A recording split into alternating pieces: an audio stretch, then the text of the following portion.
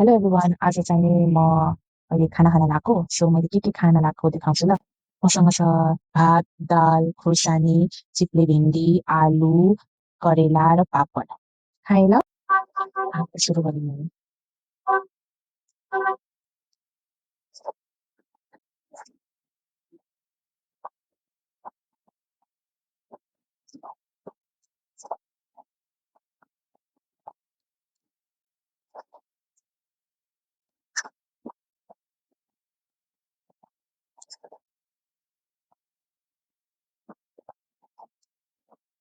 आएको पनि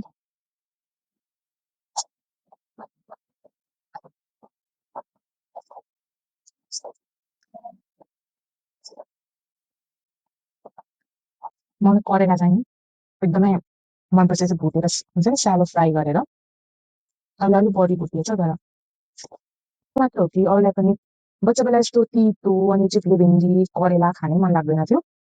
अहिले त मेरो फेभरेट भएछ कि सबै खानेकुरा भेजिटेबलहरू मेरो फेभरेट भएछ अहिले। पहिला त खालि आलु बच्चा बेला त मलाई याद भएछ म आलु र साग मात्र खान्थेँ मैले। अरू खासै नमन पर्ने त होइन तर यादै छैन क्या खाएको। मेबी नमन परेर होला होइन मन नपरेर होला। अनि बच्चाहरूले खासै खाँदैन भनेर ल्याउनु हुन्थेन कि खोइ। मलाई बच्चा बेला यो चिप्ले भिन्डी करेला अनि अर्को के हुन्छ भेन्टा इस्कुस लौका त्यस्तोहरू एकदम कम खाएको मात्रै याद छ। आलु मात्र याद हुन्थ्यो। आलु फेभरेट हुन्छ नि त बच्चाहरूको कार्बोहाइड्रेट। तर अहिले चाहिँ म सबै कुरा खान्छु। सबै कुरा मिठो लाग्छ मलाई।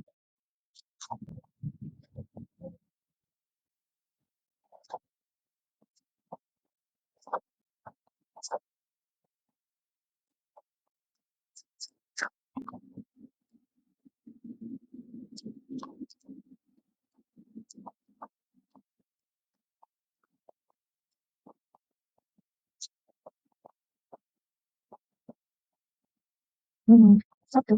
Thank you for watching.